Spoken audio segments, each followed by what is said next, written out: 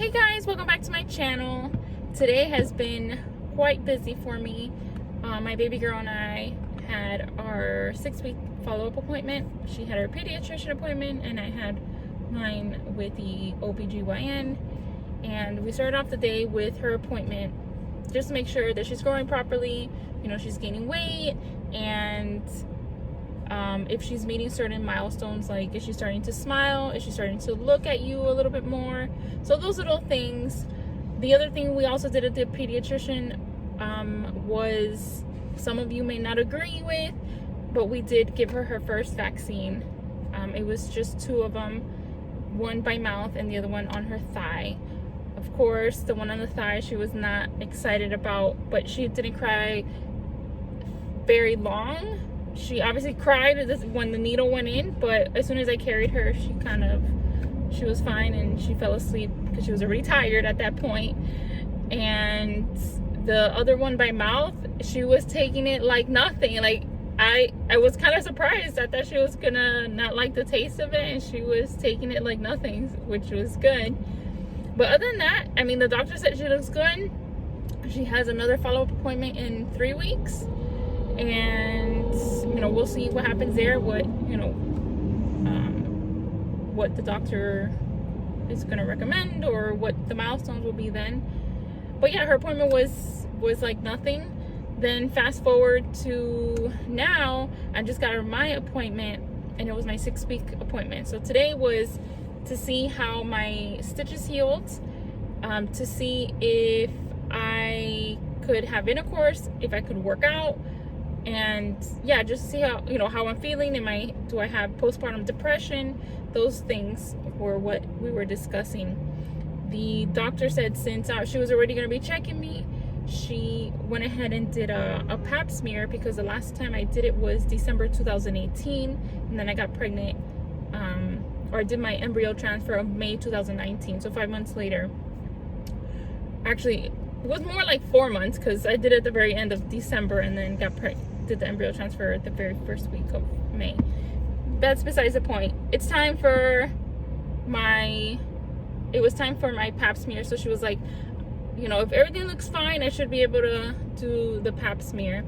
So she was first looking down there, which of course is not fun, but I was absolutely terrified.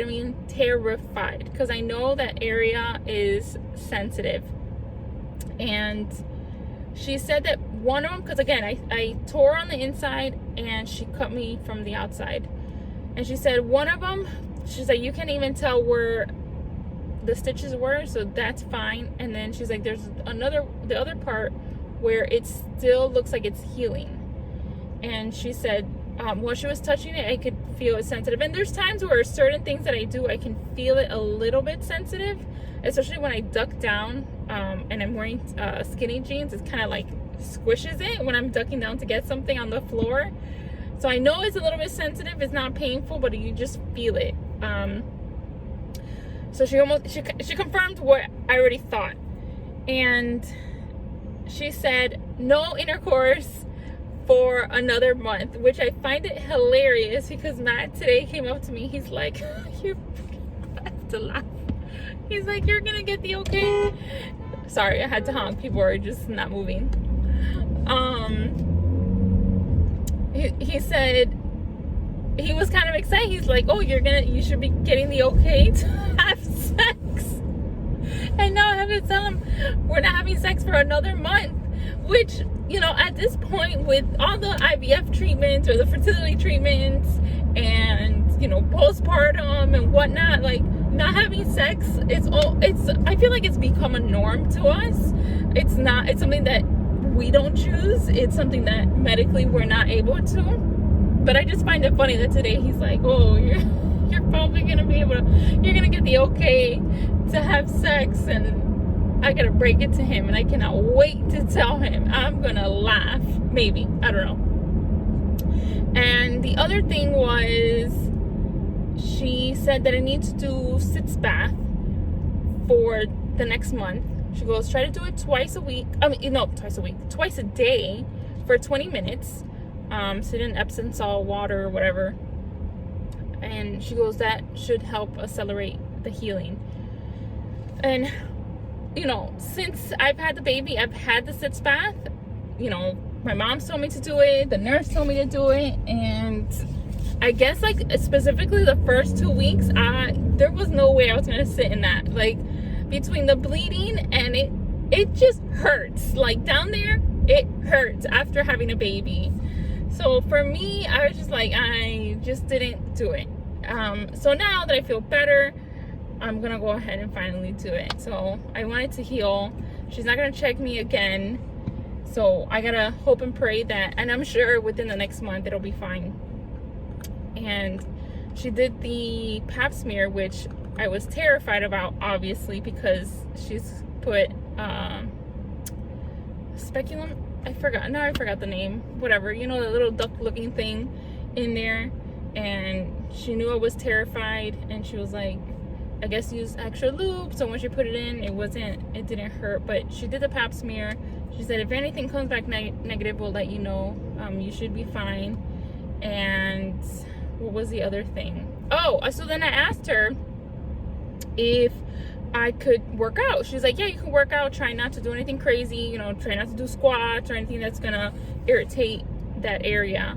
So I asked her if I could run. She goes, I don't recommend running. Try walking. So I'll do some type of workouts.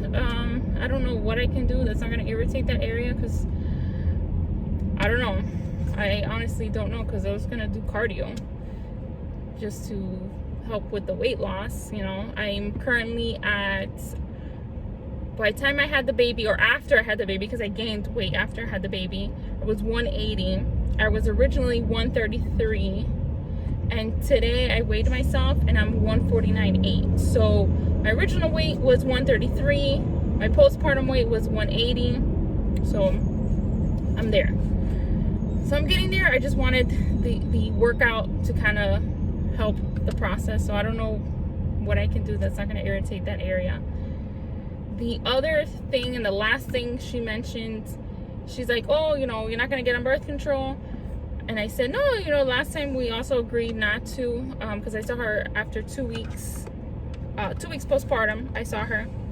And she said that she doesn't recommend that I get on birth control, specifically anything with estrogen in it, because of the cholestasis that I had. And I also told her that time, so a month ago, plus today, I was like, either way, like, if I get pregnant, I'm okay with it. I'm not trying to get pregnant again, obviously not right now. But, you know, with IVF, I don't need birth control because I went through infertility. If I can miraculously get pregnant on my own again, that would be amazing. So that's the goal, that's the prayer, for me to get pregnant on my own without the help and the cost of IVF. So I am getting older, so I want to do this sooner than later. We don't know when, but we will see. Not anytime soon, because I'm only 6 weeks postpartum, so we'll see. But either way, no birth control. If I get pregnant, I get pregnant. That's great. If not, I'll do IVF at some point again, and I'll get on estrogen because that's necessary for IVF.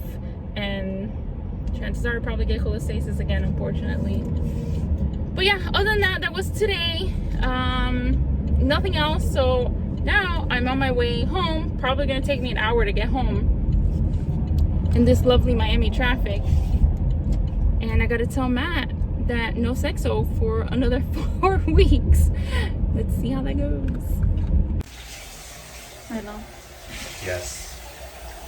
What do you think the doctor told me? I think the doctor told you to be careful. With what? With your vagine.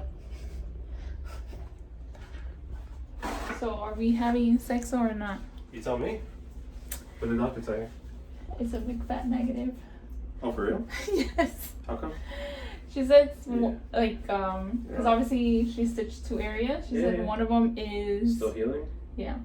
And she so said, when? Another one. Another month? Yeah.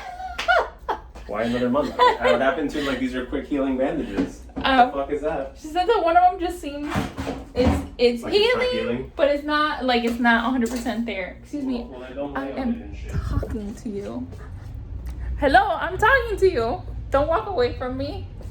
So I need to do the sitz bath for a month, twice a day for 20 minutes. And then working out, I can't run or anything like that. She goes, you can't do squats. Yeah, like you don't know. Yeah. Bro. So I don't know how I can work out or what I can work out. That's rough. Yeah, because I was going to do cardio. Just do weights. I wonder if I can do abs. Yeah, you probably can't do like scissor kicks and things like that, leg raises. Right. But you can do maybe like an upper body crunch or the machine where you grab Oh, it I and you hate that one. do the thing. But we'll see. You're disappointed. Not at all what I thought was gonna happen. Aww. All right. See you guys later. Bye.